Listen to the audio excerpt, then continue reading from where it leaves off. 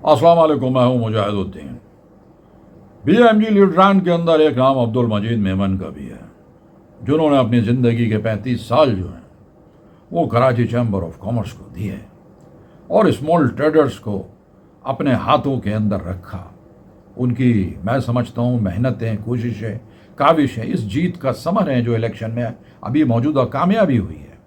लेकिन आज मैंने कार्ड देखा जो BMG की तरफ से डिनर PF म्यूज़ियम में है, वहाँ अब्दुल मजीद मेमन का कहीं नाम और जिक्र नहीं था।